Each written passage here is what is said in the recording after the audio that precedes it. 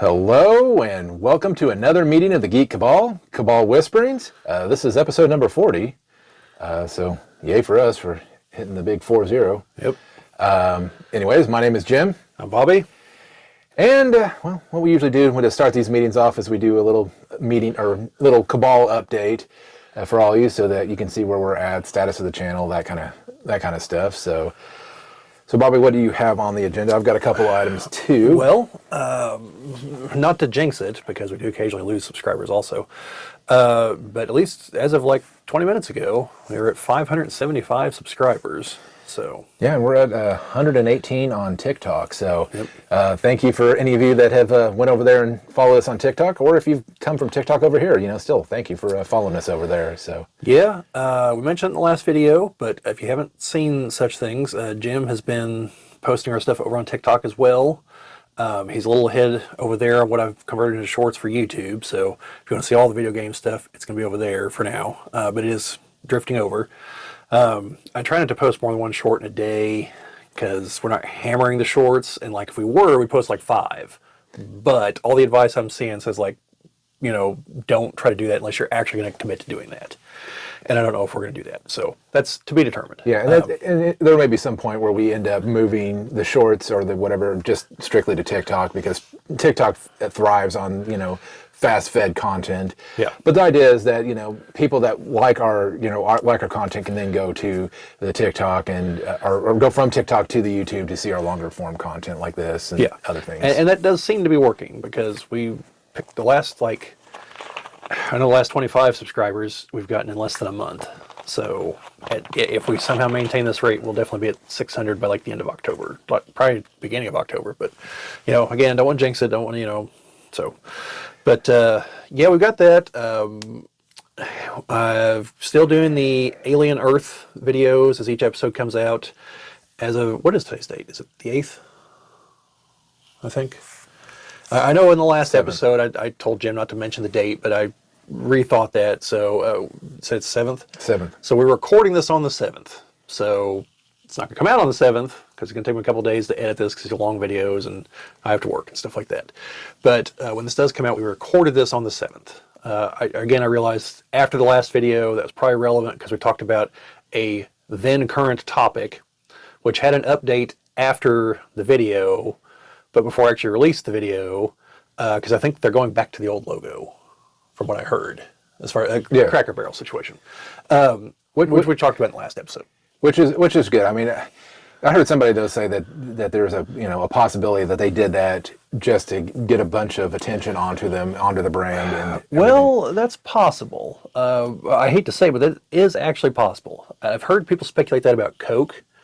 Whenever they stopped making what we now call Coke Classic, and they switched to, I don't remember if it was Coke 2 or New Coke. New Coke. And some people speculate that they did that just to throw out the idea that, hey, stop buying the stuff and we'll stop making it. It's that simple. Because ever since they brought back Coke Classic, Coke has crushed Pepsi. Like, that was like the one moment in time where Pepsi had a shot. Ever since then, Coke has absolutely crushed them. But I think they actually had the idea with New Coke was to make it taste like Diet Coke. Yeah. But with not the fake sugar and stuff. Yeah. Which a lot of people, there's a dedicated fan base to Diet Coke, so I see where they were going with it too. So not me. I think Diet Coke tastes terrible, but I think anything with artificial sweeteners, I can't do it. Yeah.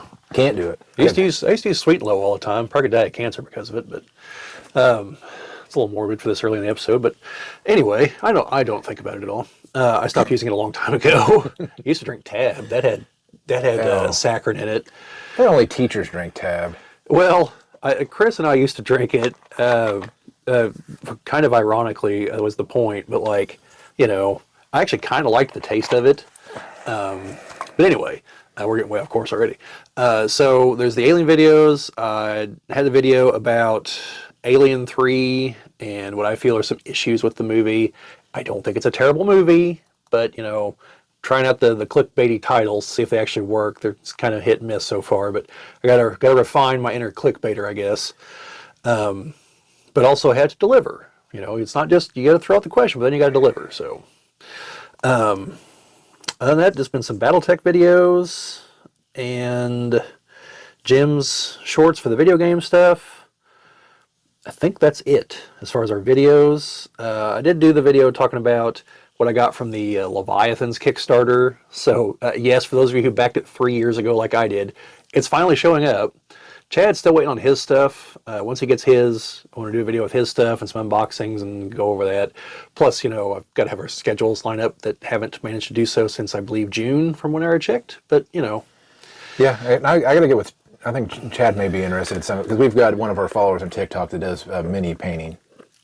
And I'm assuming he doesn't follow me for my video game content. I think he has followed for the BattleTech side of things, but yeah, I think there's a calling out there, and you know I could really, you know, that's stuff that also, you know, we could talk to Chad on, see if I get his input, maybe have him do some recordings on his own. Yeah, I've considered doing some videos on painting because I have actually painted some of my miniatures. I've said this before, and I swear it's true. But like any tips I'm going to have is just stuff I picked up from elsewhere, and I am nowhere near a master painter.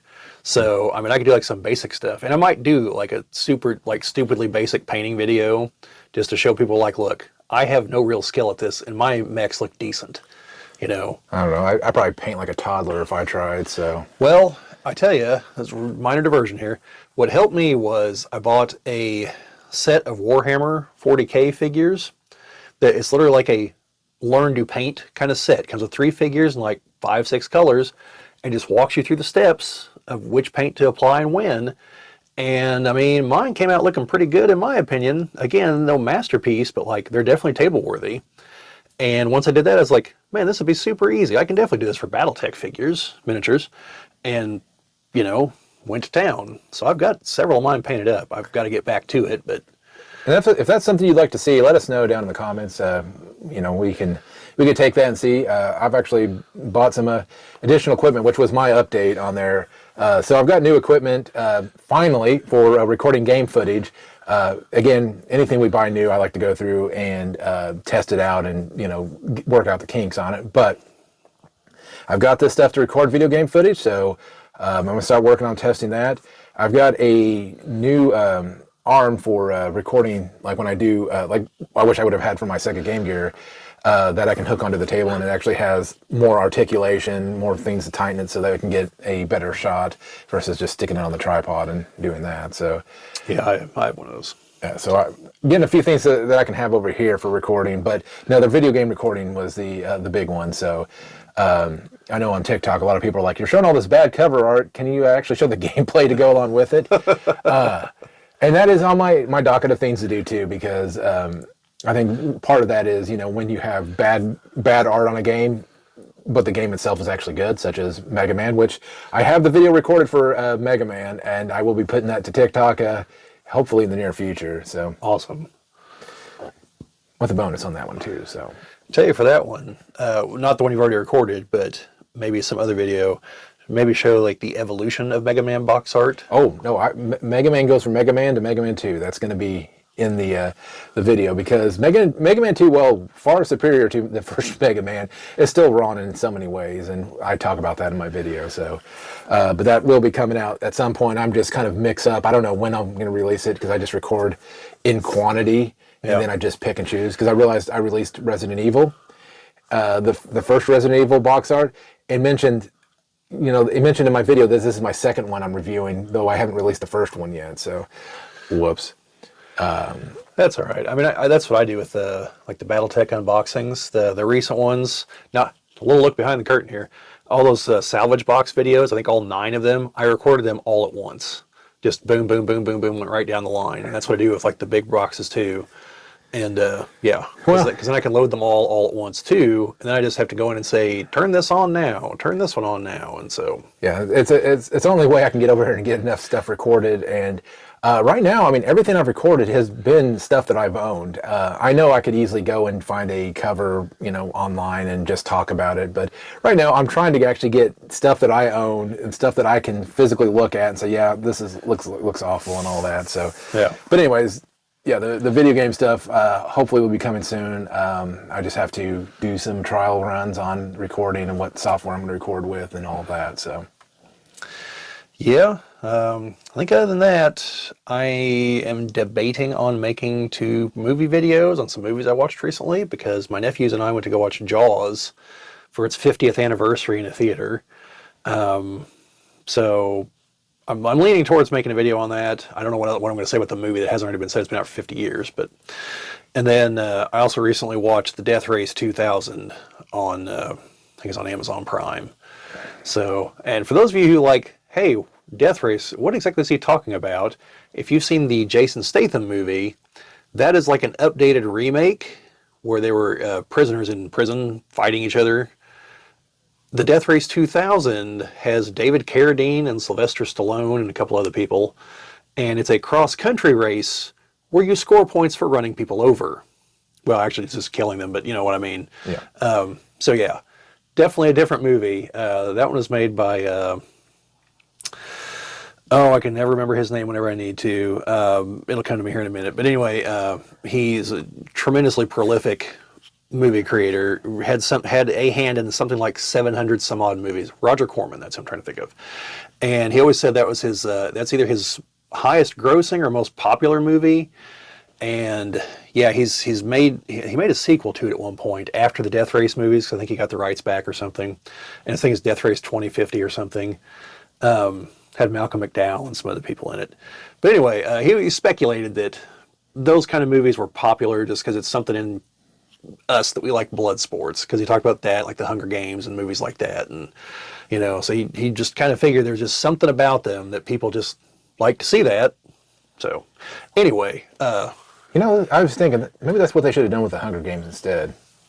what? Just a death race to. Oh, well, I mean, it'd take restructuring the books, because I don't think there's a highway system anymore.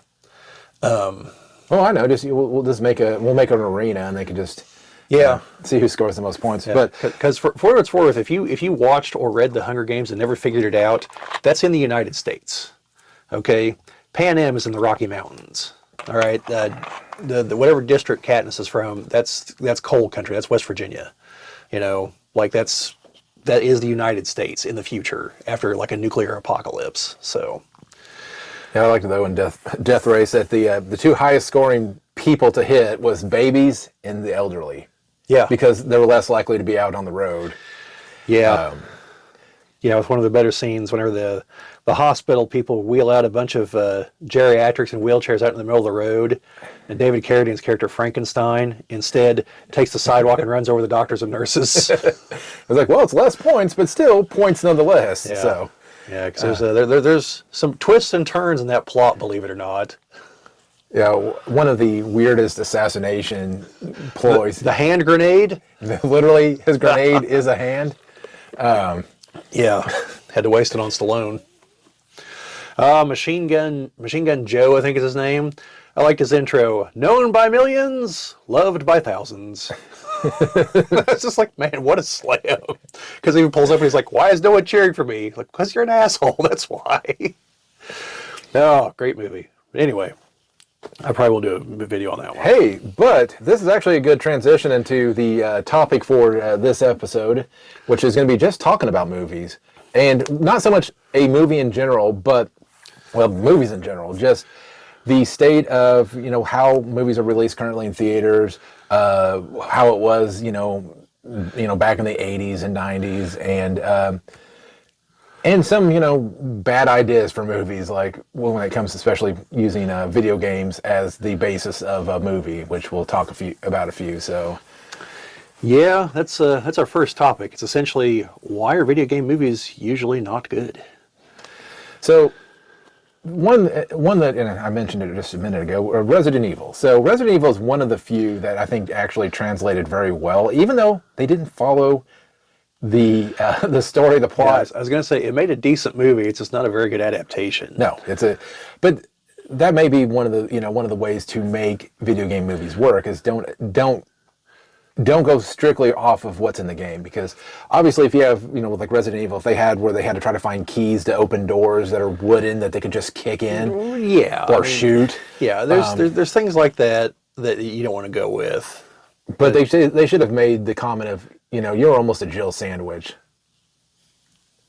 It's like in the Master of Lockpicking comment, but sure. No, that works too. The Master of Lockpicking's funny, but the Jill sandwich is just corny beyond belief. But yeah, for Resident Evil in particular, by the way, if you're at all interested, I did a video about a documentary that you should check out, because initially George Romero of Night and Dawn and Day of the Dead fame was going to make the first Resident Evil movie, and it all just kind of fell apart. And I talked about the documentary, but if you check that video, it has a link to the documentary. It's free here on YouTube, at least as of this recording. You should definitely check it out. It's pretty interesting. But you find out like why it all fell apart and how the current version of the Resident Evil movie came about. So, but no, the very first movie that comes to mind for me is Mario Brothers. yeah. And I mean, I have not seen the new one, the new animated one. Oh, you haven't? No, I have not. Well, spoiler alert, Jim, that one's actually good. That's what I said. I go, from what I can tell, they just went with a basic idea of the games, and Yeah. I don't want to go heavily into spoilers because you haven't seen it, but like, yes and no. Like, imagine you took the plot to the game, okay, but you actually threw in some stuff from that first movie, like, because like Mario and Luigi are from our reality. yeah, But imagine they're like kind of maladjusted to that concept. They just kind of get thrown over there and like, what the hell's all this? And then you have Princess Peach, who's also human, and they're all like, hey, it's more of you, because like they've never seen any other humans. yeah.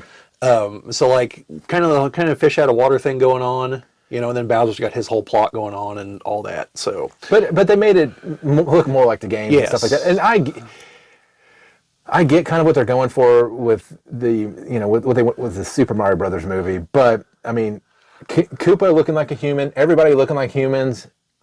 Somehow the evolutionary path just all brought like convergent evolution kind of thing. well, this is the pinnacle of evolution, Jim. That's why. It doesn't matter what you started as. So, if you were a dinosaur or whatever, and That's why in Star Trek everything's just a rubber-headed alien.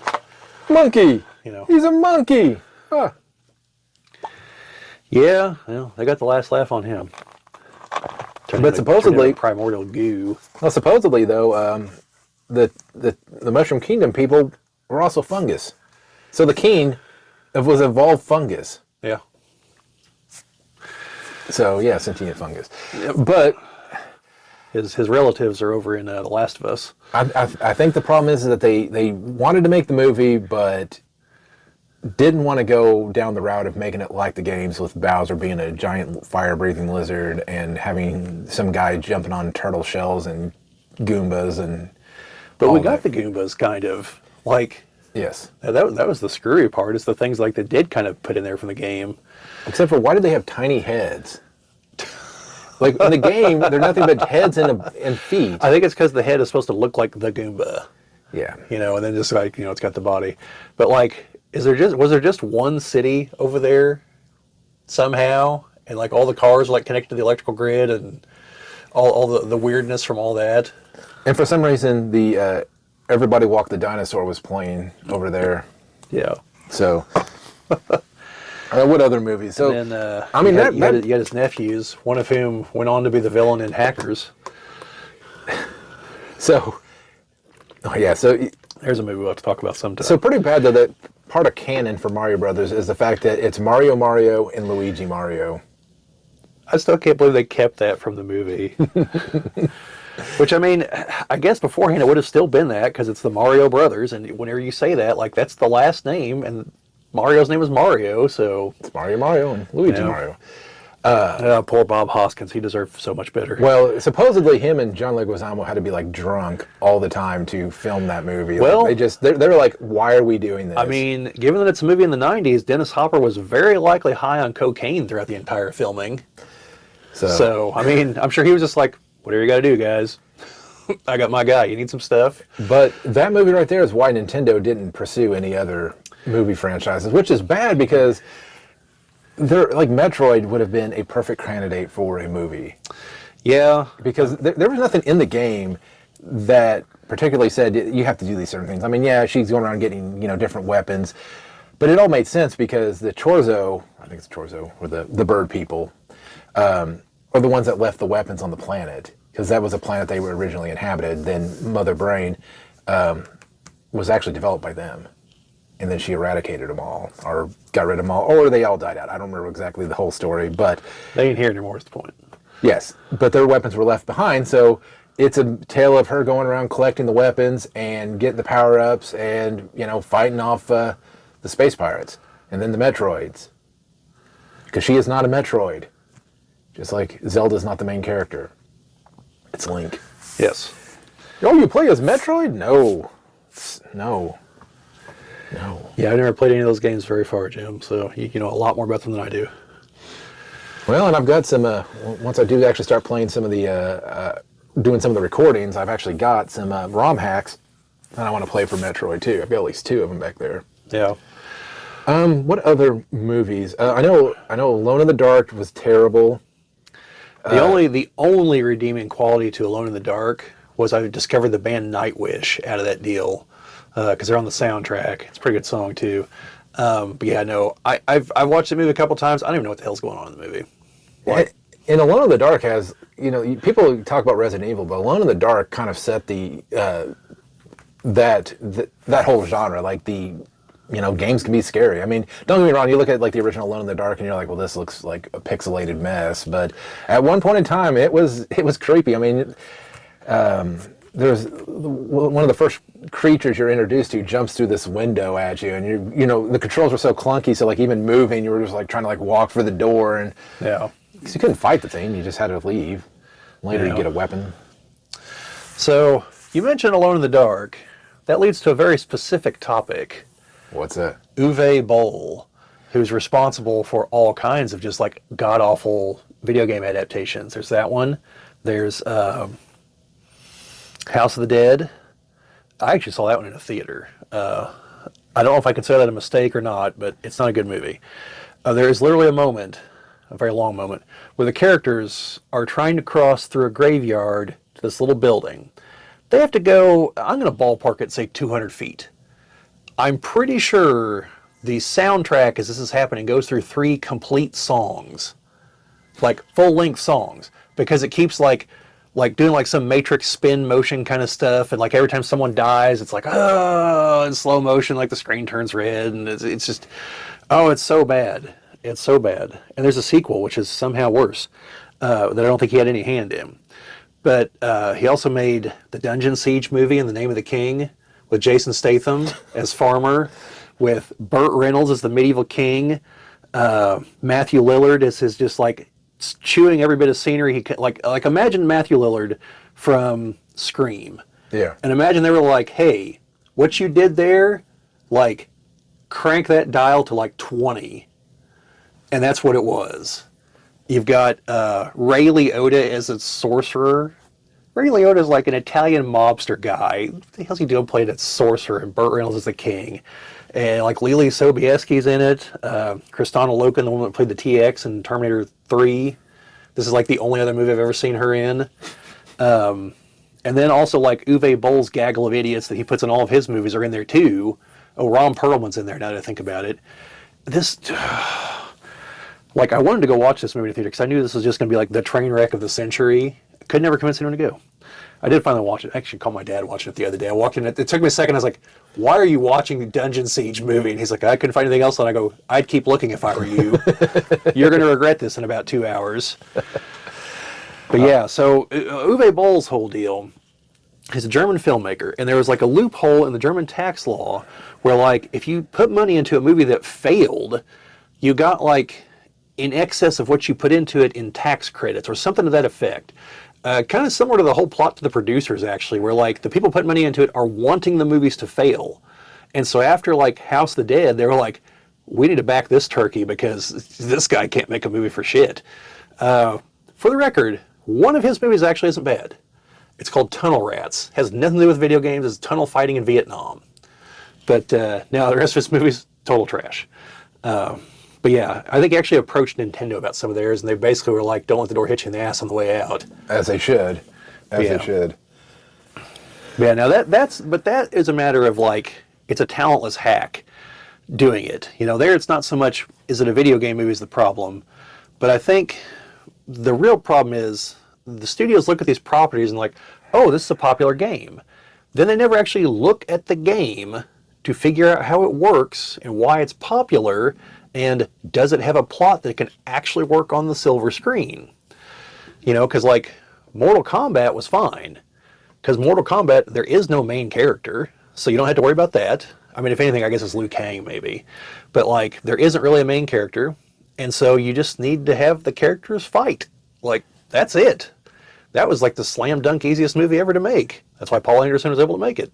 And then they made the sequel. Well, yeah, things kind of went south there, but Well, then you have the 2 Street Fighter movies, because you have the Street Fighter movie with Jean-Claude Van Damme, which, by the way, great masterpiece of a movie. Probably shouldn't have been a Street Fighter movie. It should have just been, a corny Jean-Claude Van Damme movie. oh yes. So we've got Jean-Claude Van Damme, the Swedish meatball playing Guile, the ultra American, Cammy, who's supposed to be British, played by Kylie Minogue, who's Australian. I don't even know what nationality M. Bison's supposed to be, but I don't know if it's Hispanic, which is what Raul Julia is. By the way, greatest performance ever right there, with greatest scene ever filmed. Balrog and M. Bison were actually supposed to be switched? Yeah, I'd heard that before. Because M. Bison's supposed to be Mike Tyson. That makes sense. And Balrog's the boxer, so Balrog was actually supposed to be... Yeah, that makes sense. So, anyway. Did they steal Balrog's name from Lord of the Rings? I don't know. I bet they did. I'm sure they did. I don't know. I don't know what their thought process was on that. For whatever it's worth, folks, in case you know anything about X-Men villains, the villain Sauron, the man that turns into a pterodactyl whenever he sucks the life force out of a mutant, only a mutant, if he does it to a regular human, doesn't count. He transforms into a pterodactyl man. His name is from Lord of the Rings. Like his first time you see him in a flashback, he is holding a set of books for the Lord of the Rings. Like they knew damn good and well why they were naming him that.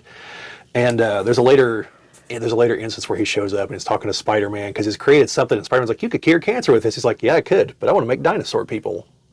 It's just like, okay then, I guess. Well, would the dinosaur people have cancer? That's the question. That is the question, and I don't know what Stegron's input on all this was either. He's Stegron the dinosaur man. He's a man that turns into a dinosaur. So. So I mentioned Street Fighter because the second one, do you remember what it was called? You're talking The Legend of Chun-Li? Yes. Unfortunately, I do. I actually watched that one, unfortunately. I saw it in theaters, and I wish I hadn't. No, I didn't. I wasn't that brave. I don't think it was... Honestly, I couldn't remember a thing about it. It was so forgettable as a movie. Oh, I can tell you some things about it. Well, I know that M. Bison gets his neck broken at one point. And what's the guy's name that plays him? He was in Arrow. He played the... I'll look it up. Well, while you're looking it up, M. Bison randomly has an Irish accent. I think Balrog was played by Michael Clark Duncan, wasn't he? Because I think he's like Bison's bodyguard / driver. Robin Shou, the guy that plays Liu Kang in Mortal Kombat, is in the movie.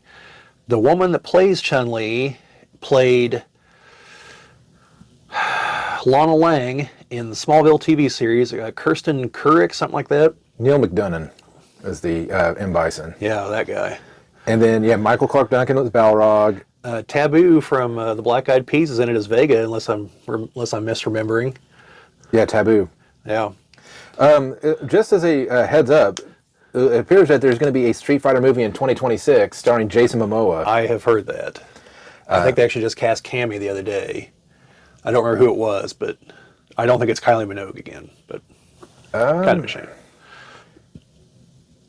50 Cent as Balrog? Maybe. I mean, he looks like he's been through the ringer. Him getting shot in the face will do that to you. Mel Jarnson is Cammy. So. She doesn't look like a Cammy, but okay. And they got Chun-Li, and they got some other people cast. So I'm not going to go through all of that list, but yeah, if you're interested in that, we'll have to see how that one does. Though I do give them credit. I think they are taking more time now to, come up with a better story.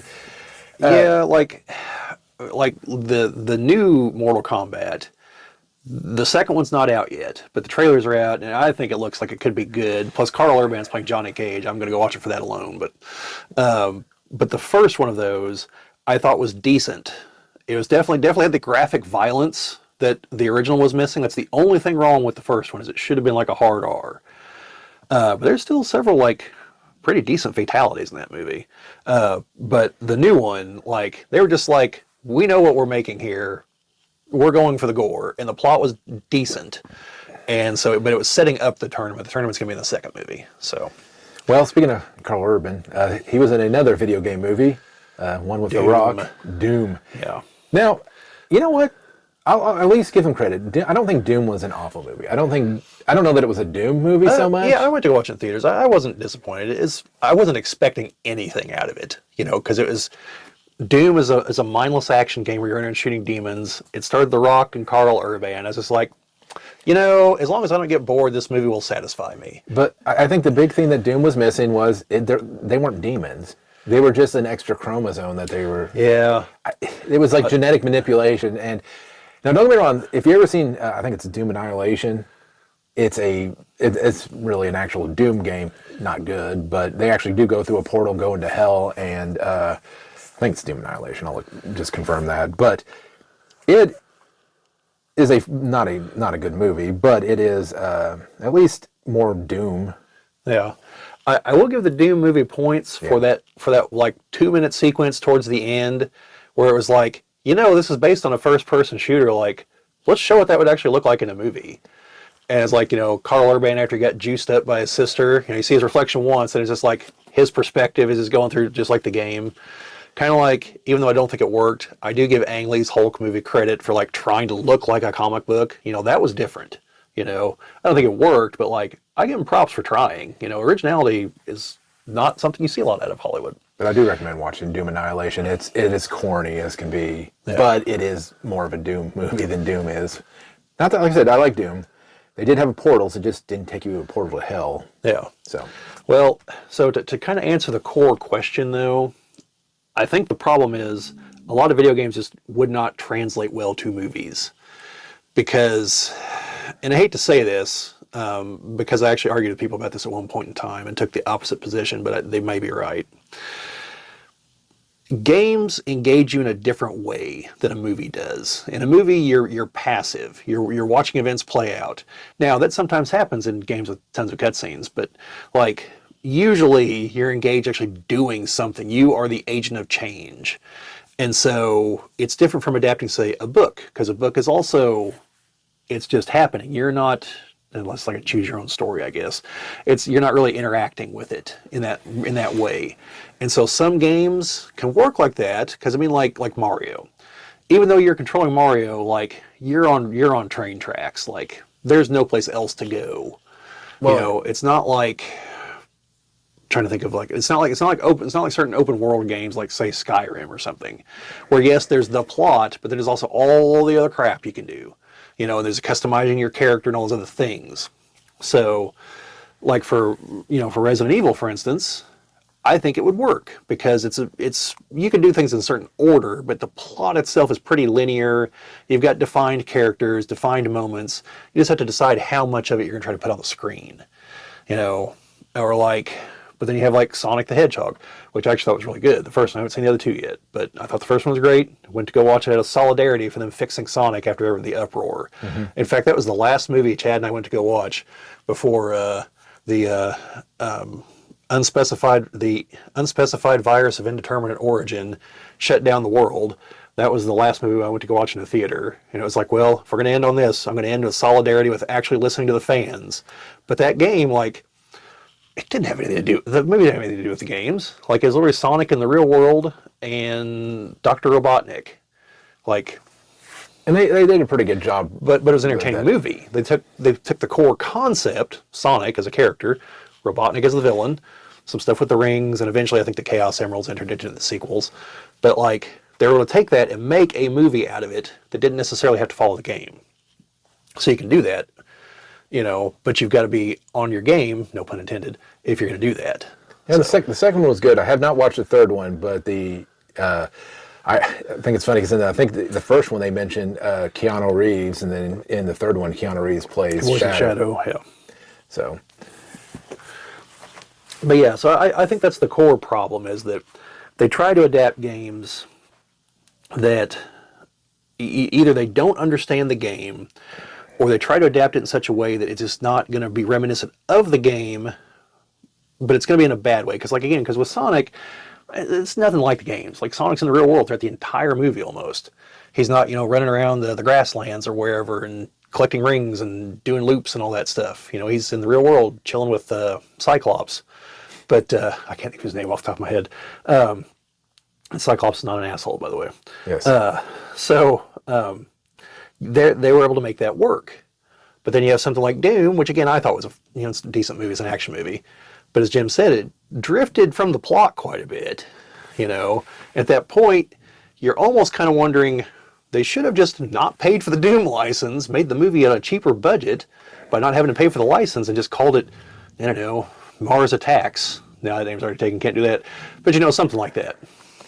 So it also, just kind of as a closing thing here is, you also see the same issue like when they try to take a movie and turn it into a game, that it's not always a easy way to translate it. Yeah. Because half the time they have to add so much content into it because otherwise the game would be, 30 minutes long. Yeah, I mean, Jim's far more of a gamer than I am, but from everything I understand, like, movie adaptations are notorious for just being terrible games. Every once in a while you get one that works, like this one.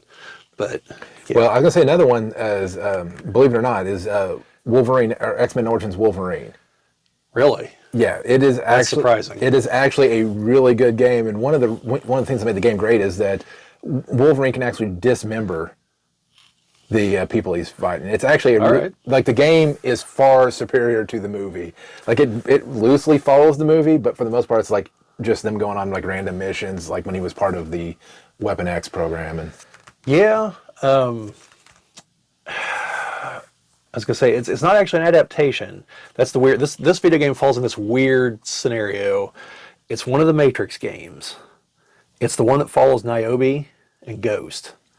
It's canon to the movies. It's like here's what these other characters were doing throughout the movies. So you're playing, and it's got live action scenes filmed with Jada Pinkett Smith and whoever played Ghost. Yep. And but like it's canon with the movies, but it's not an adaptation of the movies. You're doing the other things they were talking about doing off screen. And so I thought that was a good game. I enjoyed it. My cousin and I played it by the old I'll play one level, you play the next level kind of stuff. But I put in the code for infinite matrix mode or bullet time. So like the moment a bad guy would appear, I'd start going to he'd be like, oh, Jesus Christ, don't go. It's going to take you 20 minutes just to walk 10 feet. And I was like, yeah, but not a single bullet's going to hit me. Yeah, let's say somewhere I have the game. Is it Path of the One or something like that? Or is that a different Matrix game? I don't know. I've got a Matrix game. I don't know where it's at. Oh. But anyway, it was an interesting tie-in concept. Because, I mean, the Matrix is almost a video game. I mean, it literally is a video game, just, really high stakes. But, no, I've never played it, but I heard the Willow video game was actually good. So the Matrix is like the Kinect. You are the controller. There you go. Okay, so, and I think this kind of goes into. Oh, sorry, I forgot, Jim. There actually was one thing I wanted to mention. Go ahead, mention it. Sorry. Perhaps there are other ways to adapt these, though. The Twisted Metal TV series on Peacock is spectacular. Like season 2 just ended. That was great. Like.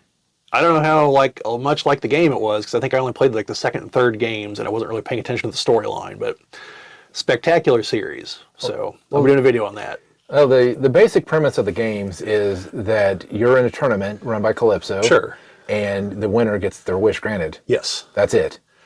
Yeah, well, so very briefly, this is like essentially society fell apart at some point. Mm-hmm. Shortly after the year 2000. So like all the movies and songs and everything they have, that's the oldest they are. So like people are literally like scavenging like for CDs and DVDs for entertainment out here in the wasteland. There's a handful of cities left that are walled cities. Anthony Mackie's character, John Doe, he's a driver that goes between them to deliver stuff. And so the first season is just setting up his character and the whole environment. The second season is the tournament. And it is, it's Calypso. In the first episode, he goes on TV, or he goes on TV and radio and announces the tournament and says that, whoever wins, he'll grant their wish. And then some of the characters are sitting there. One of them's like, grant his wish. Like, what the hell are you talking about? Like, this guy's full of shit. And one person's like, he literally just turned on every TV and radio on the planet. And there's no electricity out here. Like, I'd say we should hear him out.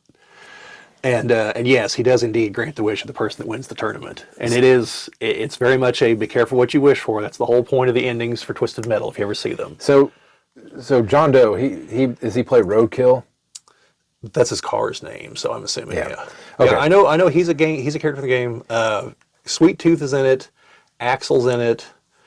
Axel is one of the worst. Like, the moment he showed up, I was like, holy shit, it's Axel. Like, yes. There's a guy strapped to some wheels. It's just a dude with giant wheels.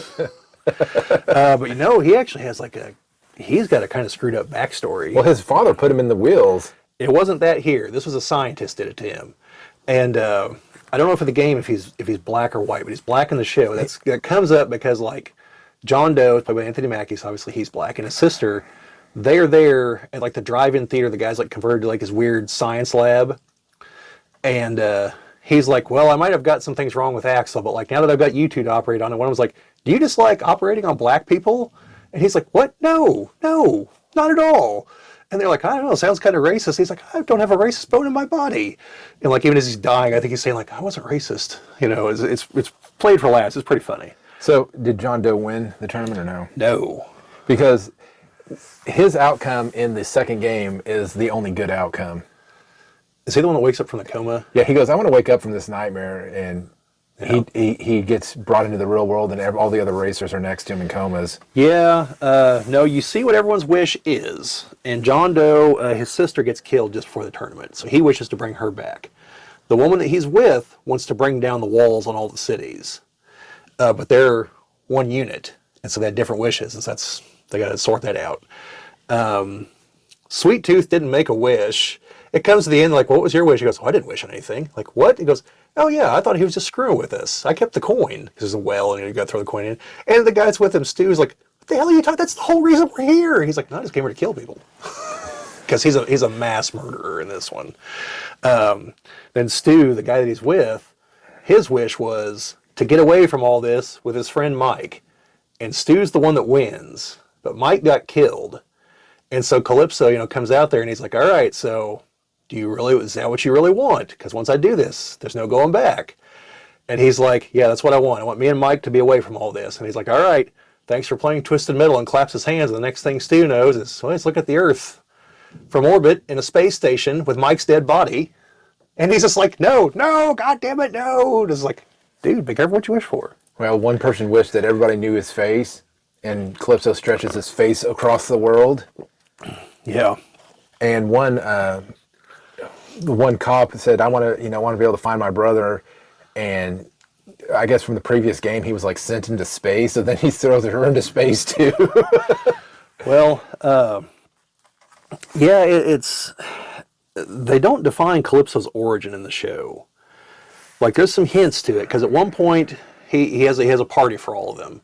And it's like, back in the Roman days, they used to, and at least one person kind of caught that, like, wait a minute, did he say what I think he just said? And at this point, he's already demonstrated that he has magic powers. Because when the tournament starts, he's counting down, and once he hits 1, the sun goes into an eclipse. And, like, clearly that didn't just happen by coincidence.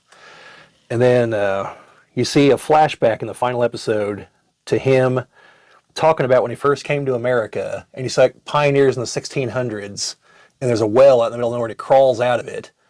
But he's saying all this to executives at NBC. He's pitching them the show Twisted Metal. And they didn't go along with it. Because they're like, well, what if someone wishes for $1 billion? Like, we're going to be on the hook for $1 billion. Like, no, you won't. Trust me. And like so no one's going to win? He's like, no, I didn't say that. And so, like, they didn't get that, like, he was literally going to grant their wish somehow. Mm-hmm. So, but yeah, it's pretty good. It's very entertaining. Lots of dark humor, lots of action, lots of gore, some sex, but it's great. So in other formats, it does work occasionally. Also, I hear The Last of Us, at least season 1, is really good. From what I saw, it was good. You said also worked for Castlevania, didn't you? Castlevania was excellent. The anime series. It's had 4 seasons so far, so I think it's 4, maybe 5. I don't know. They were all good. A few quibbles with the 2 more recent seasons, but I assume that if that continues, they'll resolve that. All right. Well, But yeah, so in other formats, it can work. It seems to have better success. so with the discussion of movies, one of the other things that came up with the discussion is, well, it started with Bobbie sending me a list of movies that came out in 1984, and with one of our local theaters mentioning that they were going to start rerunning older movies. Yeah. And I mean, you said there was at least 60 plus movies released in 1984. Well, I mean, first of all, that was just like the top 60. Yeah. But yes, like just the list of, you look it up. I'm not gonna be able to recite them all from memory, but just as a few handful here. That was the year that Ghostbusters and Beverly Hills Cop came out. The Karate Kid, Star Trek 3, Gremlins, Conan the Destroyer, not the Barbarian, but still. Top Secret. But no, there's this laundry list. Indiana Jones and the Temple of Doom. The other movie responsible for the PG-13 rating. But yeah, it's just this huge laundry list of movies, to the point that, like, if you look on here on YouTube, there will be videos that we're talking about, was 1984 the greatest year ever for movies? I think there's only one or two others that people argue could top it. But generally speaking, this is definitely like in the running. If it's not the top year, it's a top 3. And it brings up a point, because as theaters seem to be winding down on how many movies, should say production companies, or how many movies they're putting out. That seems to be winding down, where you don't get as many movies in general throughout. And these movies are not performing as well as, they Right. had, 5-10 years ago. I mean, again, part of that is because people are waiting until they come home and stream them and stuff like that. Yeah, I mean, that's part of it, but also, like, I mentioned towards the beginning that I saw Jaws, like, last week, if I remember right. And I haven't double-checked this, but I saw someone that commented that it was the number 2 movie at the box office. That was a 50-year-old movie. Now, it was the first modern blockbuster until Star Wars came out 2 years later and blew it out of the water. No pun intended. Yeah, like a 50-year-old movie. This is like earlier this year, whenever Revenge of the Sith was back in theaters. It was the number 2 movie at the box office that weekend. Like, that's crazy. That was a 20-year-old movie. I mean... And see, I think the one big problem with releasing older movies is that sometimes the comedy, sometimes the content of the movies may not fit exactly with, current acceptable limits. Yeah, I didn't see how Blazing Saddles did at the box office when they re-released it recently. I unfortunately didn't make it to go see that. I was hoping to, but... And I mean, the thing is that I think going into it, you have to understand that these are movies from a different time. Yeah. But at the same time, though, I think some people are just way too sensitive about certain things. It's like sometimes you have to just let go and say, it's just a movie. It's not going to, it's not the worst thing out there. It's just somebody telling a story.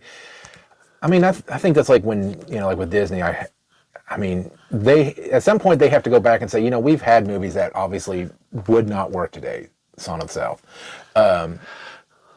You're just going straight for the problem movie. All right. But no, I'm just saying that. I thought you were gonna be like maybe the Crows and Dumbo or something, or where Dumbo gets drunk. But for the longest time, I mean, I believe Splash Mountain was themed after Son of the South. I think it is, yeah. And I mean, that's the thing. It's like you watch a movie, black and white movie, stuff like.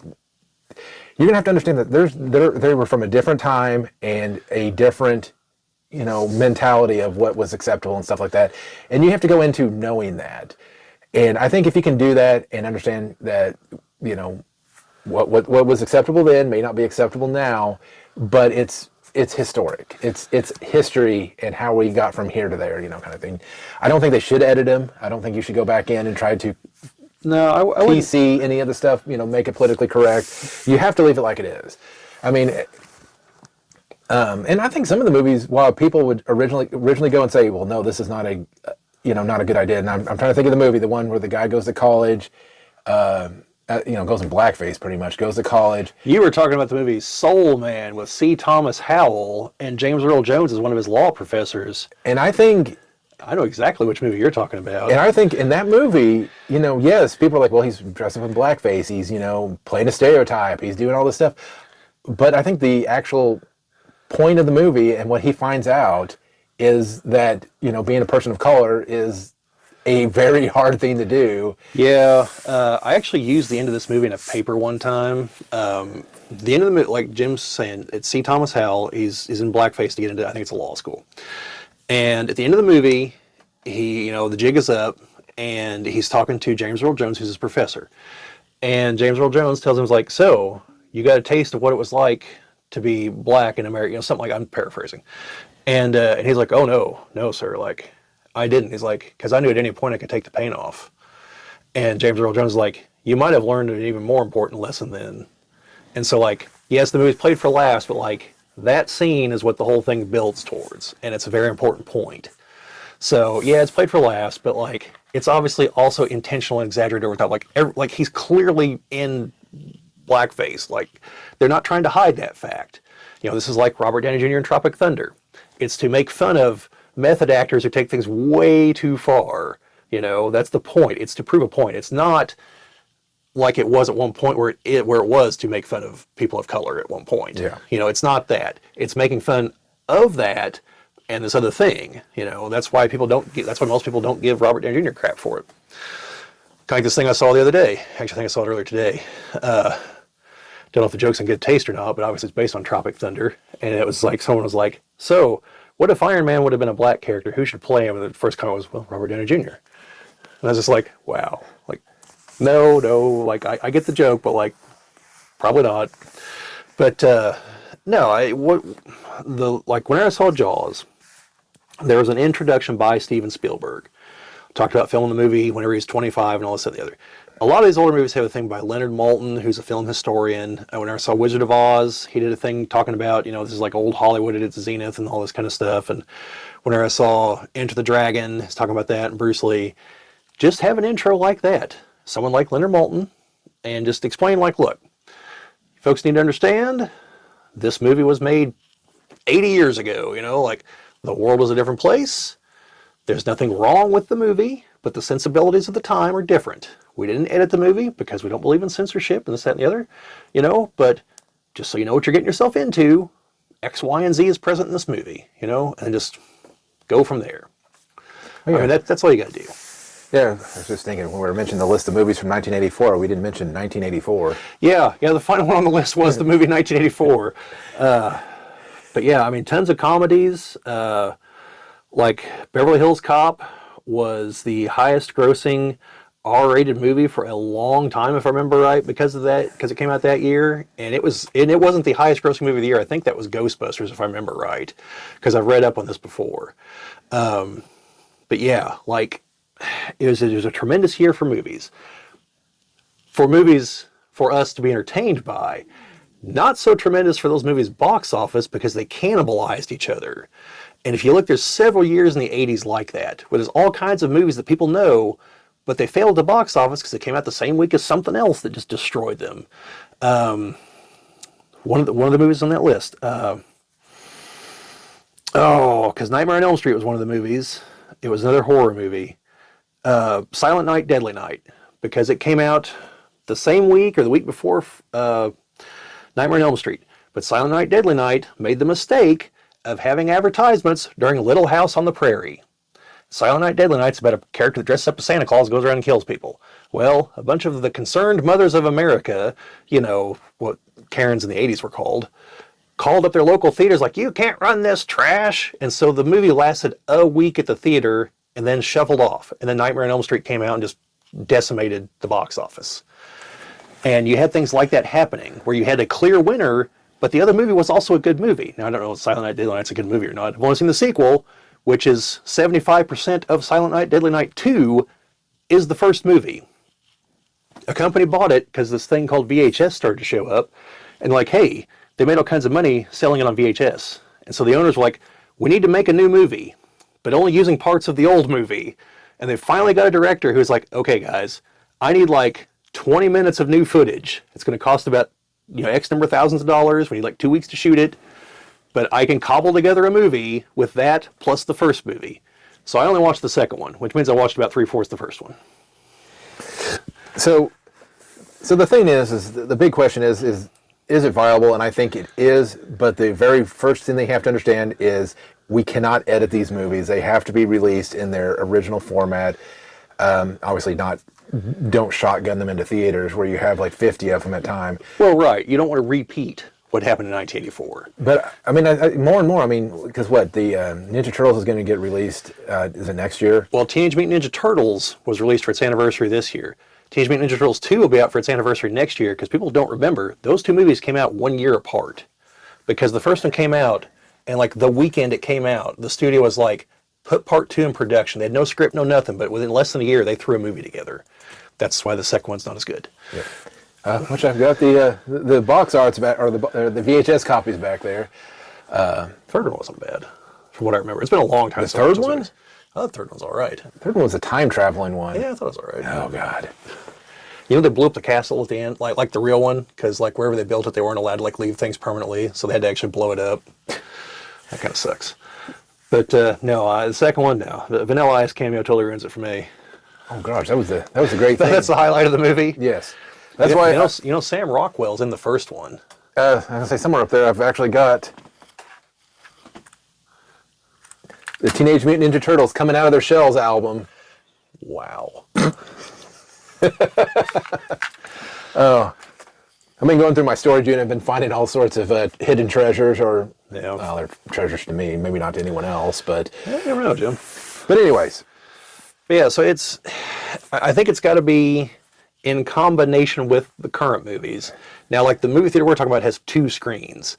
That's going to be a tight rope to walk. But like a theater's got like 8 screens, you can easily pick one and be like, we're just running second run movies in here, you know. But the reason that the theater with the 2 screens was even bringing this up is because I guess the way that they pick what movies they're going to show, because they don't show every movie obviously because they only have 2 screens, but every year I believe they only have a small selection of movies that they're going to show, that they're going to purchase, and there's a gap between all of them.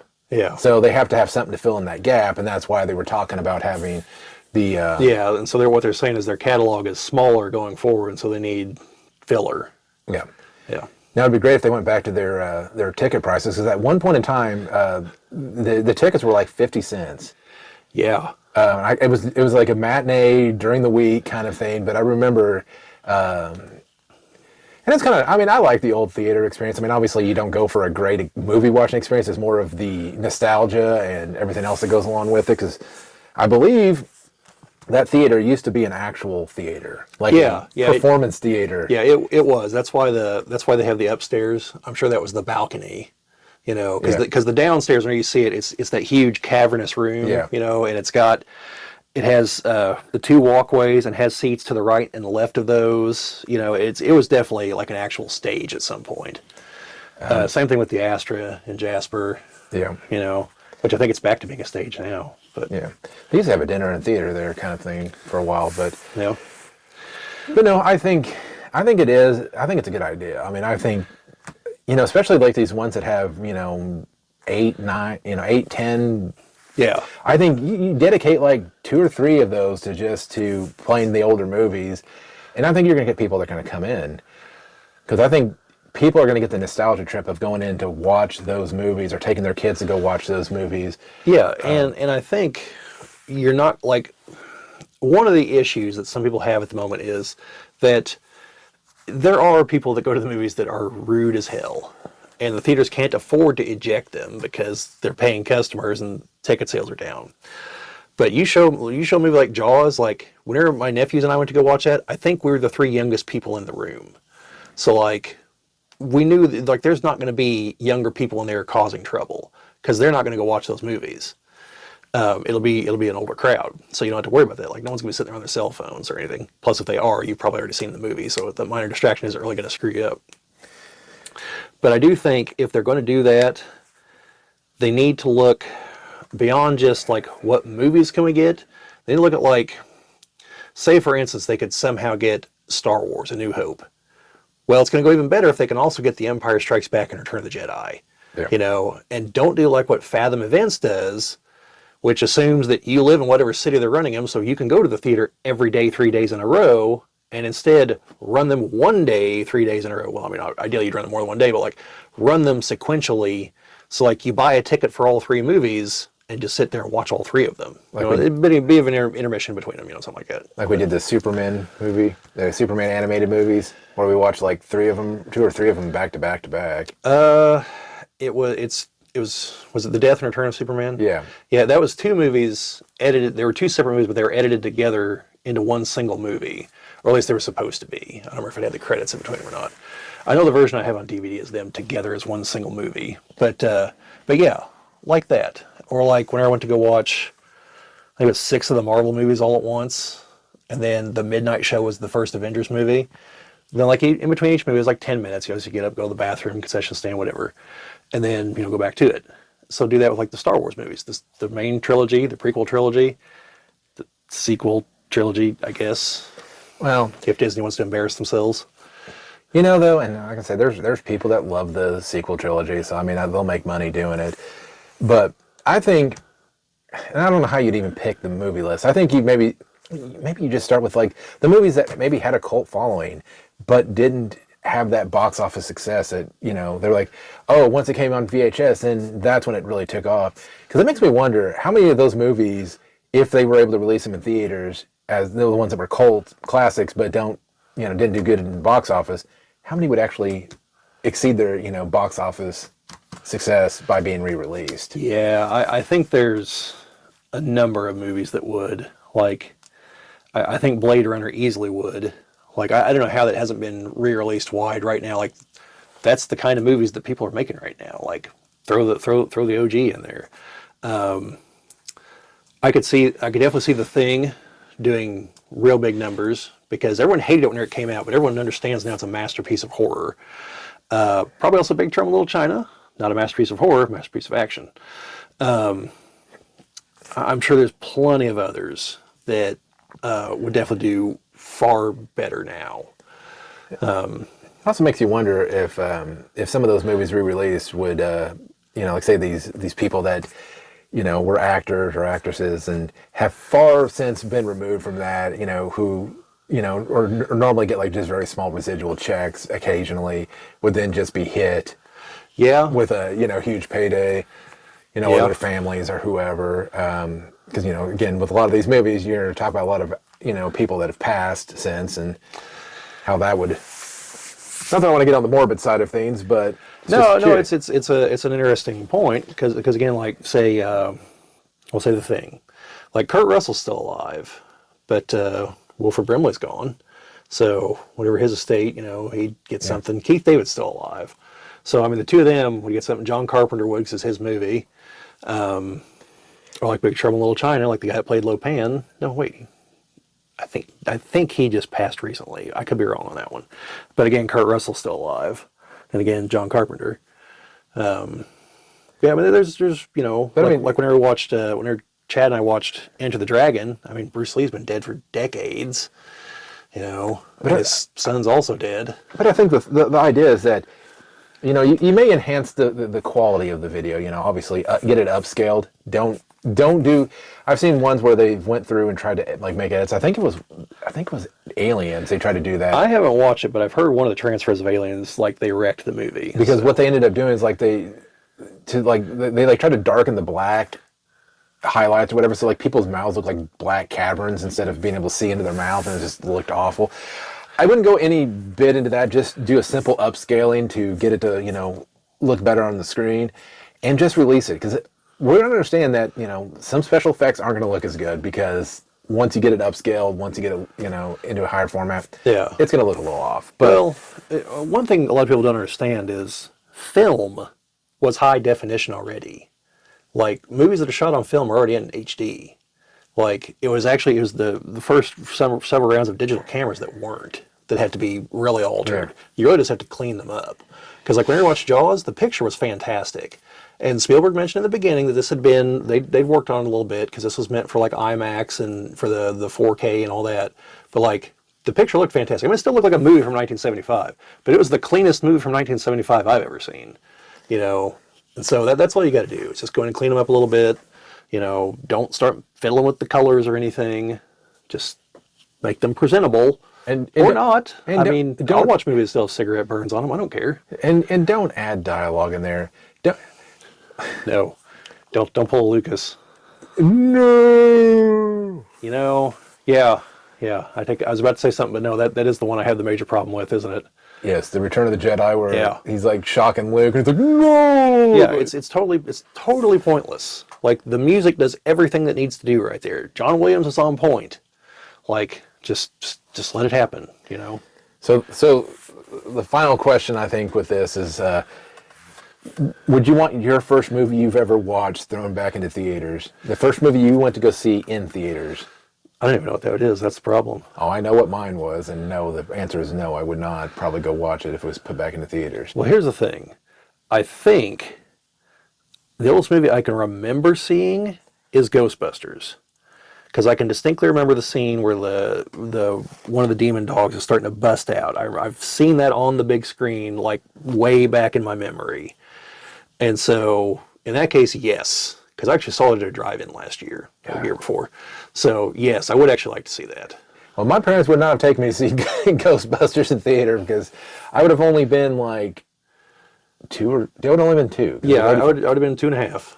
So, the first one was Care Bears, the movie, 1985. What? You don't want to see him fight Darkheart? I don't know that I would go back in to see it, and I don't know. I actually remember the end of that movie. They defeat Darkheart by making him care, and he's like, "Man, I'm kind of an asshole." I didn't say it's Care Bears movie, but like he literally like gains emotions and is like, "I'm evil. Like, this is all wrong," and like he literally is like, "I care." You know, Care Bears. You know. Yeah, I think he's like at a summer camp or something. Now, did he do the Care Bear stare?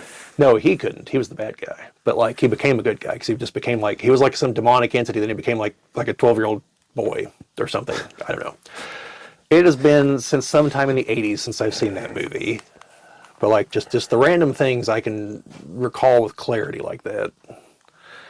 I only remember the end. Don't remember the rest of the movie. Remember the thing my sister liked, the Popples. Do you remember those? Nope. They were. It was a kind of like a plush bear kind of thing, but like it could fold up into a ball. Like you like stuff the whole thing in it, you know, as a ball and had like a tail sticking out. And it's called a popple because it could pop out, you know. And it had a cartoon with a theme song that was mainly the word popples repeating over and over again. But like, you know, it was a thing. No, the one TV show I remember, I don't know why, but it was The Littles. The Littles. It was the people that sounds familiar. I should know that. They were like mice people that like lived in the walls, and okay. One of them, I don't remember because they had a PSA one where this one becomes an actor and then he like starts drinking and getting drunk. And not quite as clever as the G.I. Joe PSAs. Well, especially the ones when they go back and overdub the G.I. Joe ones. Yeah. Pork chop sandwiches. That one, the real punchline is great on that one. So after they get outside, the house is on fire, and it's a barbecue. He's like, "My God, that smelled delicious." Yeah. What the hell are you doing, kids? Get the hell out of here! Yeah, or the get him off my ice. It's iceberg. For some reason, Scottish. Like, give him the stick. No, don't give him the stick. And he's like, "Ooh." Then, or the one kid catches on fire. And Spirit comes up and he's like, oh, he's like rolling the kid. I was like, "Hey man, what are you doing? Are you trying to steal our stuff?" He's like, "Get away from him." No, those are great. But since I apparently like never really watched the Transformers cartoon, I watched the movie, but not the show. They had PSAs also. I didn't know that, or at least I assume they did. I saw a video talking. I saw that there was a video talking about them. Now I'm sure I'm going to find out that they don't. It's really just like reworked G.I. Joe PSAs or something. But no, the G.I. Joe PSAs, like, there was the don't hide in a refrigerator when you're playing hide and seek. There was the don't take candy from strangers, and I was surprised they didn't make it a Cobra guy just to do it. Yeah. You know. Then there was Lifeline. These kids are about to go play a basketball game. It's like, "Oh, don't get a candy bar. That's just a short sugar rush. Like, here, eat this apple. You know, this will help you get you through." And or the, "Oh, hey, I'm gonna go jump my bike off those down power lines." And Roblox like, "No, don't do that. You're stupid." No, but the redone ones, the one Shipwreck, I don't remember what the actual one was. Like, he's like, my God, it's like the spitting image of me at 16. He's like, did your mom hang out at dockside bars? It's like, goddamn Shipwreck. No, Shipwreck's great. Like, if they ever make another G.I. Joe movie, they need to just, like, watch the cartoon and be like, all right, we're going to make this a little more serious, but, like, we need to capture the essence of this. These colorful characters, the weirdos on Cobra's side, and just run with it. Make it in the 80s, you know, just go all out, you know. Have Reagan be the president again, you know. Everyone was in Vietnam at one point, because, like, half their backstories involve Vietnam. Get the guy that writes get Larry Hama to play Tunnel Rat, and, you know, it'll be great. He'll be an older Tunnel Rat at this point, but, you know, whatever. You know, he wrote every issue of the Marvel run, all 155 issues. He also wrote all the file cards except for one, Crystal Ball, who was written by Stephen King, because his son was a big fan. But yeah, I take that back. There's one issue he didn't write because there's no dialogue in the issue. It's the silent issue, and that's because they sent it to press without the dialogue and then just ran with it because it kind of worked. I think it's issue 21. Yeah. But anyway, yeah, Larry Hama, he wrote all that. He's great. He wrote Wolverine for a while. He's in an episode of MASH. I'm assuming he's one of the Koreans, but I could be mistaken. So the question is, did he write Wolverine as an asshole? Probably. I haven't read much. I haven't read his Wolverine stuff, but probably. Yes. Yeah. So, folks, if you made it this far, you're in for a little bonus here. In the last episode, I made some accusations at Wolverine, and I stand by them. However, that's because Wolverine is occasionally poorly written. Wolverine as a character is best when written as the protective character who has seen and done it all and is trying to help other people to avoid the mistakes he made, to try to help them not become homicidal psychopaths like he can be sometimes, where he's the protective fatherly figure when he does his characters like Jubilee, you know. Like, that's when Wolverine is peak good Wolverine. When he's the, look guys, I've been down this road, I'm 200 years old, trust me. Because at that point, like, the only person that can really argue with him is Apocalypse, because he's 5,000 years old. But, like, yes, Wolverine can be well written. And I will take back one thing I said. Through a lot of his history, Jean and Cyclops actually weren't married. They didn't get married till the 90s. I forgot that part. So she was just a woman paired with another man. They weren't married yet. Still, he's like, you know, a century and a half older than her. And, you know, she is with another man. So, well, I think what really is a detriment to Wolverine is when they write him as a total creep. When he's like trying to date people that are obviously teenagers or... Well, okay. I think that's a slight misconception because people get that idea with him and Jubilee and like that's not at all what was happening there. He was very much like he's trying to be the fatherly figure with Shadowcat, same deal. He was trying to show her the ropes. He trained her to be a ninja. Okay, he was training her to protect herself. It had nothing to do with trying to be in a relationship. Yeah. That was with Jean, occasionally Storm, usually Jean, and like he's just infatuated with Jean, and she's like the forbidden fruit or something to him, and he just can't turn away from it. Even though I think he has a wife in Japan or something. Had to read those Larry Hama comics to get a better idea on that one. But yeah, so no, but in his earlier appearances, he is very much trying to mac on Jean Grey, who he knows damn good well is with Cyclops. That is like the crux of the Phoenix saga, that the two of them are a unit. And the only reason Cyclops has later issues is because they killed Jean at the end of the Phoenix saga, because they went to, I believe it was Jim Shooter was the head editor-in-chief at the time. And he's like, all right, well, you've got to kill Jean, though. And it's like, they're like, what? Well, she committed genocide. She killed a planet full of broccoli people, remember? Like, 5 billion people are toast because of her. Like, she has to die. Like, the heroes can't do that and walk away from it. It's a karmic death. Like, you know, she can die doing the right thing, you know, showing that she's back to being on the light side, which is what they went with. And so then Cyclops stayed with the X-Men for a little while longer. Then he fought Storm for leadership of the X-Men. Storm wins and Cyclops leaves. He was supposed to, like, go off into retirement. Something superheroes aren't ever allowed to do, apparently. And he meets Madeline Pryor, who was originally just supposed to be a woman who just happened to look an awful lot like Jean Grey. She was a pilot. He was supposed to go live happily ever after. And then sales slumped, and they're like, hey, let's bring the original 5 X-Men back together. Like, well, you know, Jean's dead. Not a problem. It turns out that that wasn't really Jean. That was a clone created by the Phoenix, and the real Jean was in Jamaica Bay in New York City in a pod underwater that the Fantastic Four find in one of their annuals. So now she's back to life. Cyclops is going to leave his wife and son and just run back like a lost puppy dog to Jean, and it's not going to be until like 6 or 7 issues into X Factor and like, hey, Cyclops, didn't you have a wife and kid? Like, oh yeah, we should go check on them, shouldn't we? Which leads to, turns out Madeline Pryor is a clone created by Mr. Sinister, so that Cyclops will have a kid so that Mr. Sinister can use the kid against Apocalypse. However, Apocalypse knows this is the plan, so he infects him with the technovirus, which causes him to be sent to the future to be raised by Rachel Summers, who is Cyclops and Jean Grey's daughter from a different timeline, the Days of Future Past timeline. To be raised there, they're not sure they can cure him, so they clone him. Apocalypse knows this is going to happen because he was there when he got sent into the future, so he's waiting in the future where he rules the world. He grabs the clone, who he raises his own son named Strife, because he's going to jump into his body because he's burning through his bodies because he's too damn powerful. Meanwhile, the one that has the technovirus becomes Cable and eventually comes back into the past to fight Apocalypse in the past, but he knows he can't win because he's still in the future, and also fights his evil clone Strife. And this is just a typical day for the Summers family. Like, oh yeah, and also there's a version of him from the Age of Apocalypse known as X-Man who also shows up eventually. And I'm sure there's some other things I'm totally missing in here. But like, that's the Summers family tree.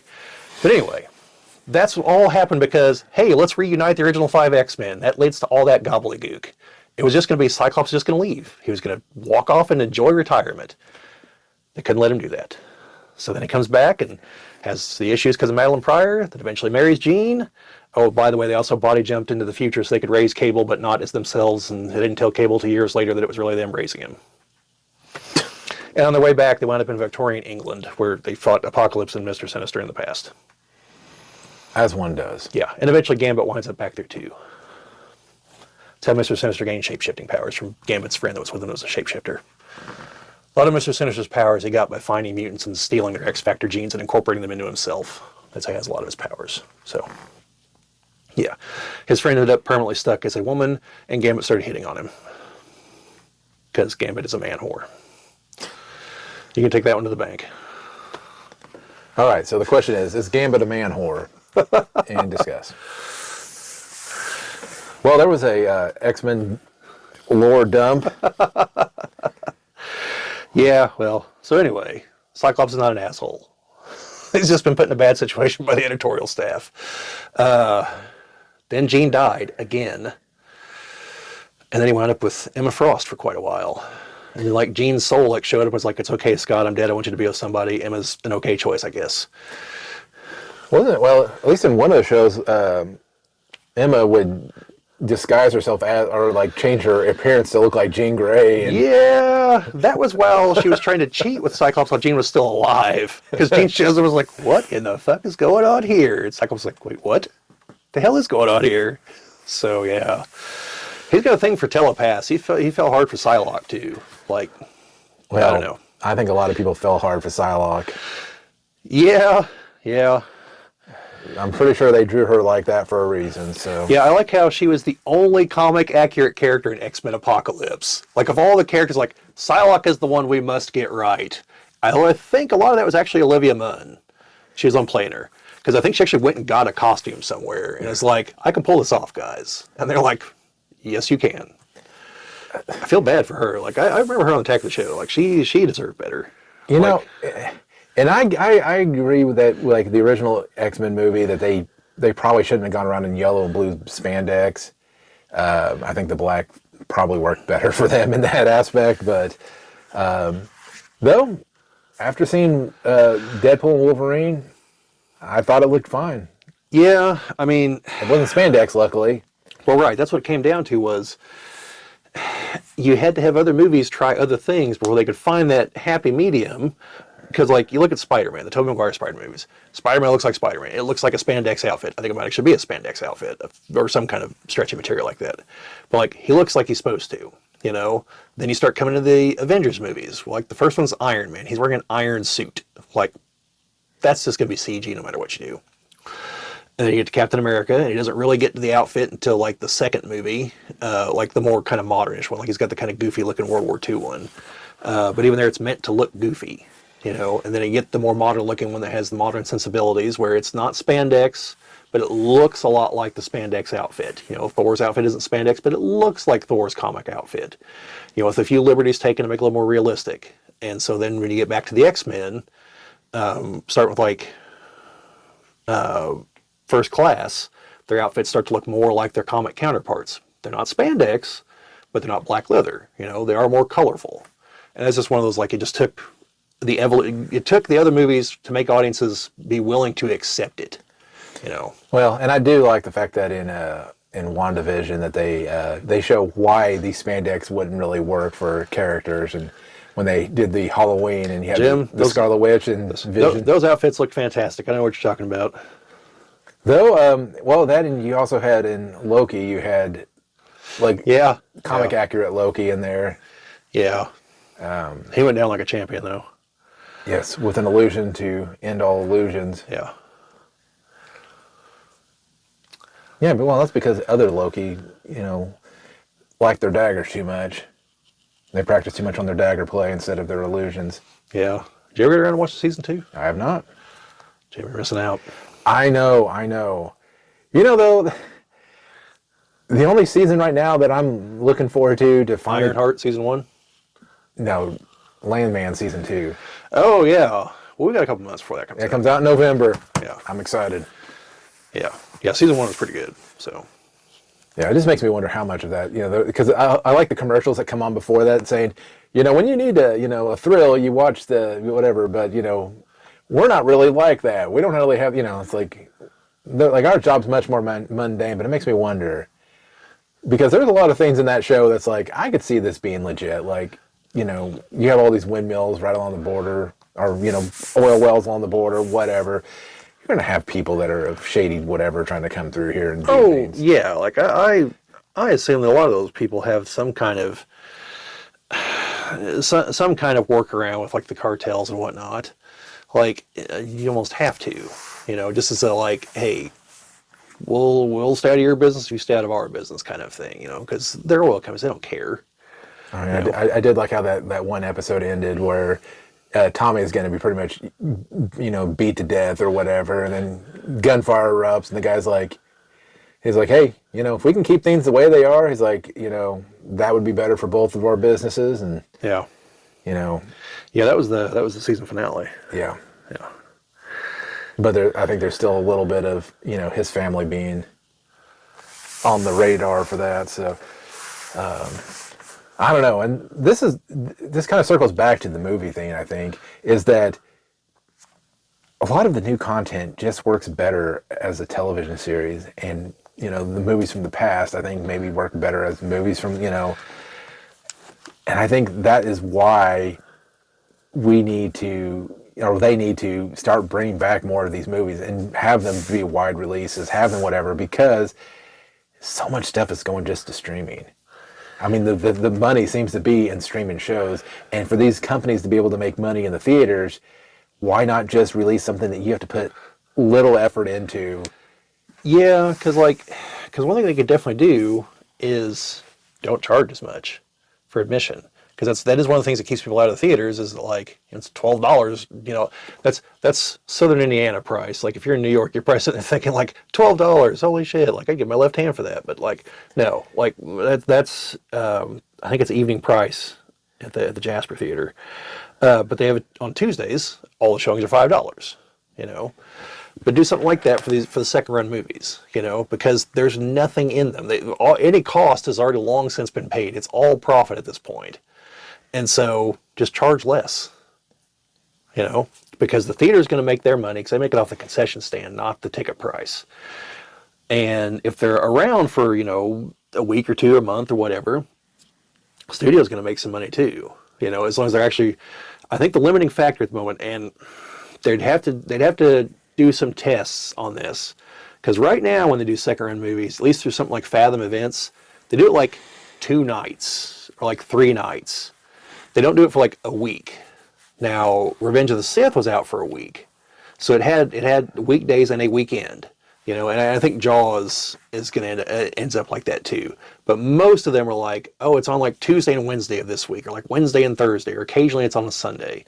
it's hardly ever the peak weekend because essentially they're filling holes in the schedule. And so if they commit to it a little bit more and actually run one of them for a couple of weeks to get some feedback and make it a movie they think is actually going to make money. Don't be like, oh, we're going to run Cocoon 2 or something. You know, by the way, total side note, I think it's Cocoon 2. It's one of those movies that has just like disappeared from the face of the earth. Like the physical copies are getting harder to find. It's not on streaming anywhere, and it's some weird rights issue. But like no one can figure out why it's not on streaming somewhere. Because I think Cocoon 1 is. It might be 1 that's the problem. One of the two of them. I saw a whole video about it one day. They're just like, this movie's just disappearing, and no one seems to care. You know. But and I'm sure there's thousands of movies like that. Well, say for Christmas, put Gremlins out. Yeah. You know, or yeah. I mean, you've got a cornucopia of Christmas movies you could put out. You know, you got Christmas Vacation, you've got Gremlins. Even though Planes, Trains, and Automobiles is a Thanksgiving movie, you could be forgiven for not knowing that by everything in the movie. It fits in with Christmas movies. As much as it pains me to say this, you could put Jingle All the Way out there. Well, I wouldn't say any of the Christmas movies of the past. Like there's just all kinds of Christmas movies. You know, you could start November 1st and not run out.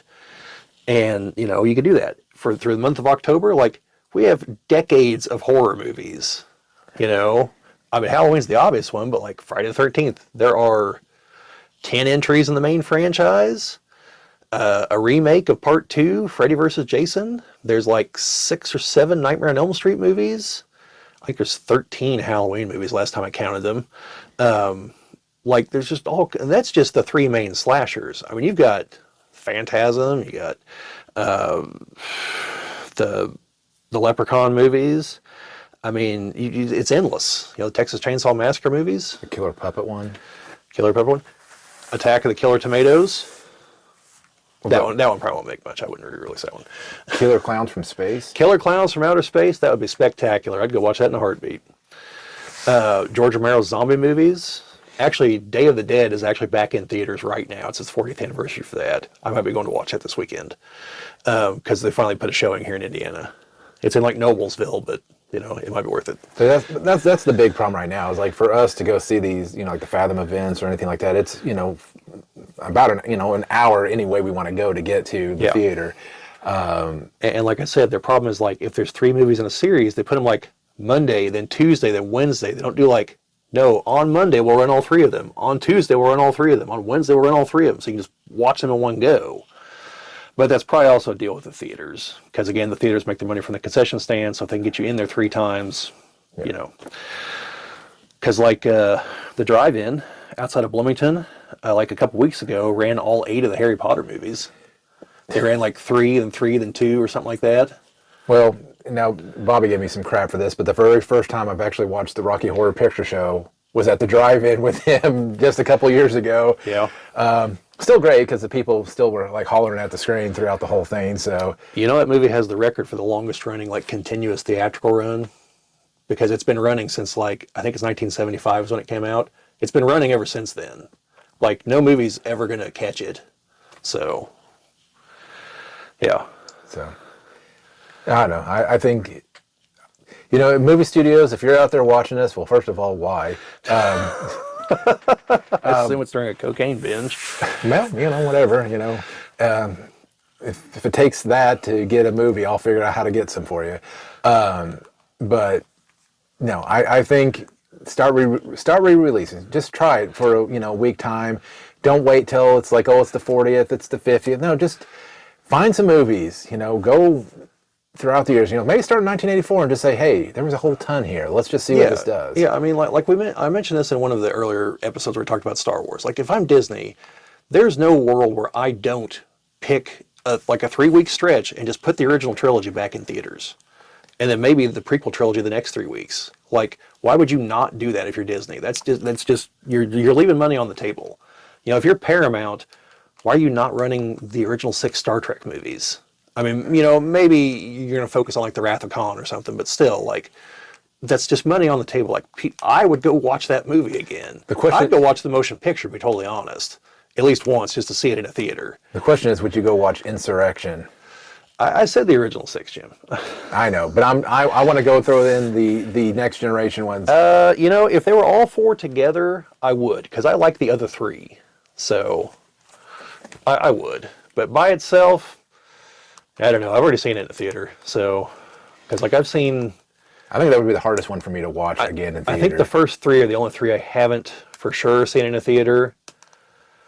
So you gotta kind of have to be alive for that to see it originally. Well, I was alive in 1984. That's when the third one came out. I remember watching the fourth one, and the fifth one, and the sixth one. So, the fifth one. Yeah, I think Insurrection is the hardest one for me to come back and sit down and watch. I don't think I've watched it since it was in theaters. So, I mean, it'd be a whole new experience for me. Because it's just like, well, I'm gonna go watch an episode of The Next Generation in theaters. I'll boldly go where I've gone once before.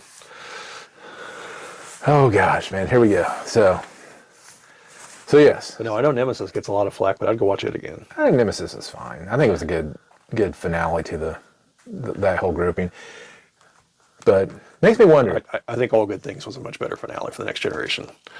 True. But question is, do you think we needed a Voyager or Deep Space Nine movie? A part of me says yes, because I feel like that's kind of unfair to the other Star Trek shows that the first and the second shows got numerous movies. Hey, at least the Defiant got featured in First Contact, but I just like it's like any way to get Worf back. It's like every movie was like, how do we get Worf back? Pretty much. But like, the problem with Deep Space Nine is what do you do? Because I mean, like, unless you're going to bring Cisco back, which he wasn't dead, he was with the Prophets, so he could have. But like. By the way, spoiler alert, I should have said that before that because Brian actually texted me the other day and I know he's watching the show right now. And I don't know if he watched it before. So just ignore what I just said, Brian. Nothing happens to Cisco. He lives a long, healthy life. So yeah. Like, I don't know what you do because like so much of the show is tied into the Dominion War and everything. Well, I think it would have to end up being like a follow-up, like where because we know that the changelings do not give up on, seeking, Well, revenge. Those changelings didn't. Those were specifically ones that the Federation screwed with, that they experimented on. Yeah. I don't think they had anything to do with the other ones back in the other quadrant. But, I mean, what about if it's like a sequel to the Dominion War where the Jim Hadar and the other people are like, you've ruined us, whatever, and we're going to come back and get some revenge, or you could do that, or a threat from the Delta Quadrant, or it was a Delta Quadrant, right? I think so. Comes through and is like, the Dominion's like, we need some help. We've got like this existential threat, and they're making their way through, and they're going to come out the wormhole here. Yeah, I mean, you could do that, but again, I think you got almost the same problem with Voyagers. Like the whole concept is it's them in the other quadrant. So like once they're back, like, what do you do? Like, all right, we're going on a new 5-year mission. Like, no, once they get back, they're like, all right, well, thank you guys. Like any of you that wish to retire can do so because you more than earned it. Henry Kim. Yeah, Henry Kim, we're hereby promoting you to ensign first class. You'd be like, God damn it. But yeah, I mean, like that. You'll be reporting to Wesley Crusher. So yeah, the problem with those two is like they have a narrative and it ends. Same thing with Enterprise. Like Enterprise, you could because there's still a gap between like almost the end and the founding of the Federation. Plus, they probably did stuff after the founding of the Federation. Well, like Enterprise, I think you could take off with a movie or two. Although that one guy had the brilliant idea they should just make a new show with Admiral Archer. Or not Admiral Archer, once he's like in charge of the Federation. Well, yeah, because we got robbed from a retrofit of the original NX-01 Enterprise, where they were going to put a secondary hull on it and make it look more like I don't like the Enterprise. Yeah. And well, we got robbed in so many ways on that show. I mean, we got they for whatever killed Chip for no reason at all, just to. Yeah, it's towards the end, right? Yes, it was the last episode. Just like, randomly dead. No. And then it turns out that it's just Riker on a. Yeah. And isn't there the subtle implication that the whole show was Riker on the holodeck? Yes. 4 seasons, whatever. And it requires some deep Next Generation knowledge, but if you've got it, you know exactly which episode it is. It's the one with the Pegasus, right? Mm-hmm. Yeah. Yeah, because he's trying to figure out how to handle... How to maintain he's been sworn to secrecy, but also has to tell Picard, what's going on. Yeah. Yeah. It's a good episode. So... Well, we really went off the rails, but hey, I think that's some good content there that we can definitely put on the. Yeah, I mean, I think it's a good discussion. So, but yeah. So overall, I think we agree that, barring some data that says otherwise, I think to supplement the current lineup of movies, I think it could work. It just is a matter of like, you've got to know what to pick. Like, there's movies that I want to see in theaters, but like, no sane person should ever re-release. Like one that's actually going to be re-released in October. What's that? Barry Gordy's The Last Dragon. You ever seen that? Oh man, do you know who Barry Gordy is? No. He's the founder of Motown Studios. Okay? It is, okay, I want to make crystal clear that the phrase I'm about to use is a well-known phrase in movie circles. I didn't make it up, and it's not racist, but it is what is known as a blaxploitation movie. Okay? So movies that lean heavily into black cultures, a lot of them in the 70s, like Shaft, Dolomite, movies like that. This is an 80s blaxploitation movie. The main character is Bruce Leroy, who is a kung fu guy who has to fight Shonuff, the Shogun of Harlem, also a black guy, obviously. And there's Eddie Arcadian, who's the mastermind behind all the evil things happening in the movie.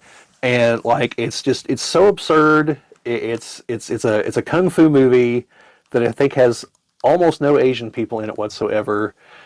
And like, it's just so absurd on so many levels. The woman's in it, I think, was Prince's ex-girlfriend, if I remember right. That would be the artist formerly known as Prince, that Prince, not like the Prince of Saudi Arabia or something. I think she was in The Color Purple, not The Color Purple, Purple Rain. Totally different movies involving the word purple. But yeah, it's just so ludicrous and over the top. But it is highly entertaining. That movie's 40th anniversary is also this year. So it's going to be back in theaters in October sometime. Oh, wow. Oh, and I have every intention of going to watch that. Like, that's going to be great. Man, I was thinking, what movies may not. Like I don't know why I keep popping my head. I was like Weekend at Bernie's. That's a movie I could go back and watch. Yeah, I mean, Weekend at Bernie's could make money again. It's a funny movie. I wouldn't put the sequel back out, but like. No, I think when you start getting voodoo involved with your manipulation of a corpse. But yeah, I mean, there's a lot of movies that like. They didn't succeed the first time around for a reason. They may be cult classics now, but like, it's a small cult. But there's other ones like Abyss, The Abyss. Yeah, I think that one would do great. Yeah, now that is one where I would actually do one thing different. There, I would actually go for the special edition because it has a lot more scenes in it, and it's the movie's more fleshed out. Actually, I wish they would have done that with Conan the Barbarian. I did actually watch it in theaters about 4 years ago at Gen Con. I wish they would have put the scenes in that are on the DVD, the extra scenes, because there's a scene towards the end of the movie when Conan and Subutai are getting ready. Thulsa Doom and his goons are coming. They're setting up everything there at the ruins, where Arnold says more in that one scene than I'm pretty sure he says throughout the rest of the regular cut of the movie. Where Subutai he's lamenting the fact that his entire life has been nothing but carnage and bloodshed. And he's like, Thulsa Doom took everything from me. He's like, my dad's dead. He's like, I remember days like this, with my dad. He's like, and then I've just spent the last 20 years, in purposeless combat. And Subutai's like, and he tells Subutai, he's like, Subutai, this is my fight. Like, you don't have to be here. He's like, no, I just wind up back here another day fighting him, probably in worse company. But like, it's a lengthy discussion the two of them have, and like, it's the only time that you get like any insight into what Conan is thinking. And it's like, once I saw it on the DVD, I was like, how did this get cut? Like, well, I could tell you why it was cut originally, because they had a lot shorter runtime that they allowed movies to be, and now it's like it's just open game on how long you can have a movie be. Oh yeah, I remember like late 90s. When we were starting to get movies that were like 75 minutes. And finally people were like, I paid for a movie, not a long TV show here. Like, what are you doing? Like, we all know you're doing this so you can squeeze more viewings in. Like, we want our money's worth. And movies started getting longer again. But yeah, building up to the 90s, they were getting shorter and shorter. So yeah. Like the Death Race 2000, I think the runtime of that's 67 minutes. But it definitely does something to one guy I heard say. He's like, Roger Corman made cheap movies, but man, he loved to just blow shit up. and he does in that movie. But yeah. I mean, back to the thought there, like, you got to know what movies to release, and you got to know, and it might be a matter of like just letting the theaters choose. It might not even be like a nationwide campaign. It might be letting the theaters choose. Maybe they use a lottery system. Maybe they have like, here's our options, and put it like to a vote somehow. That might be what the one in Washington ends up doing. But for all I know, I don't know what I'm saying. But yeah, like, maybe that's the key, is just letting local theaters let them do like what drive-ins do and just rent the movies, because that's how drive-ins pick their movies. They rent them. Because I saw a documentary about that one time. These guys were helping this drive-in theater somewhere on the East Coast, and it came down to like they bought a new projector, and they realized we can hook a VCR up to this. Like, let's have VHS night. And so they had to call the studio like, hey, we want to run like Friday the 13th. Okay, you need to print? No, we have a VHS tape. Like, you've got a what? Like, yeah, what do we need to pay you for this? Like, here's the number, send us a check. Like, VHS, huh? Okay. And maybe even do gimmicks like that, because you can hook a VCR up to digital projectors. That was the whole point of what they were showing there. So be like, hey, we've got a VHS copy of, Blade Runner, for instance. Well, as long as it's not the VHS copy of Slipstream. I've never bought a movie on VHS that the very first watching was like, you've watched it for 30 years straight. That was like... And then what did I do? I bought a compilation of sci-fi movies that happened to have Slipstream on it for DVD, just so that I could have a good copy of that movie. Why? I don't know. Yeah. It's one of those, it's so bad it's good, or it's just so bad it's bad. I don't know. But yeah, I mean, I think there's ways to make it work, is the point. So.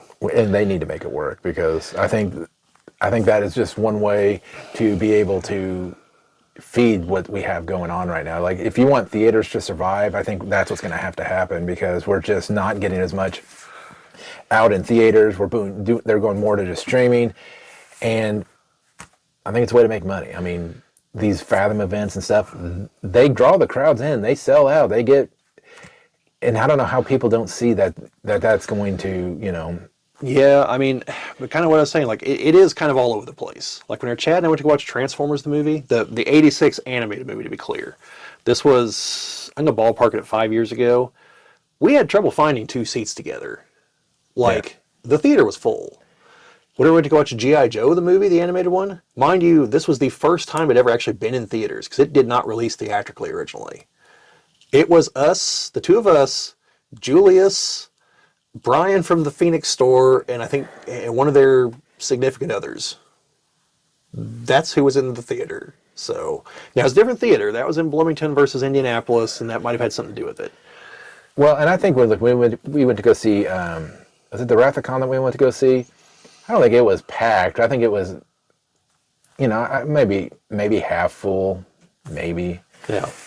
But yeah, so I mean, so it is definitely there's going to be some misses. But again, what are you losing? You know?